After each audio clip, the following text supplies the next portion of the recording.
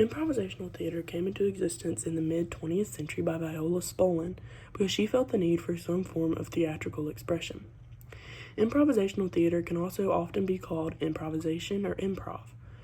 Improvisational theater is a form of spontaneous theater. It is also a form of live theater.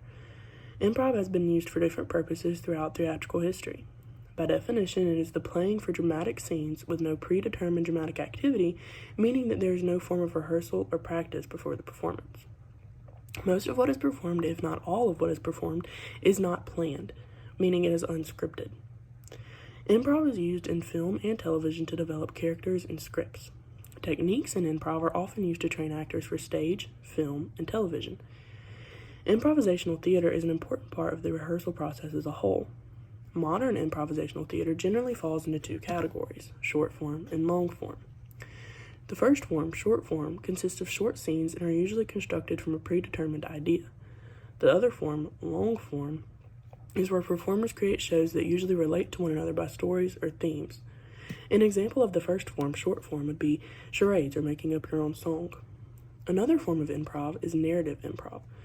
This form is not used as often, but it is a storytelling form that allows the characters to develop and create relationships. Improv often allows an interactive relationship with the audience. Improv groups will usually obtain suggestions from the audience as a form of inspiration, but they also do this to prove that the play is not scripted beforehand. Many improv groups will pull the audience on the stage to add even more excitement and entertainment.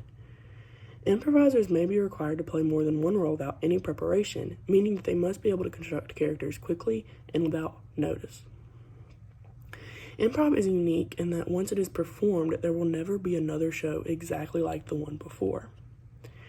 Improvisation develops one's confidence and their ability to feel comfortable in any type of environment they may be put in.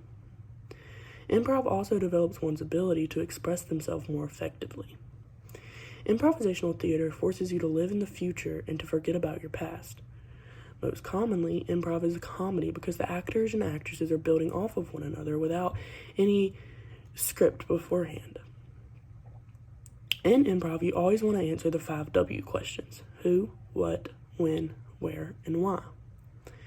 Improv can also be used outside of theater.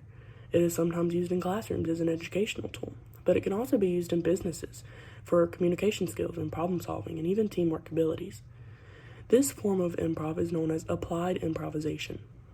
It can also be used in forms of therapy to gain an understanding of the person's relationships and feelings.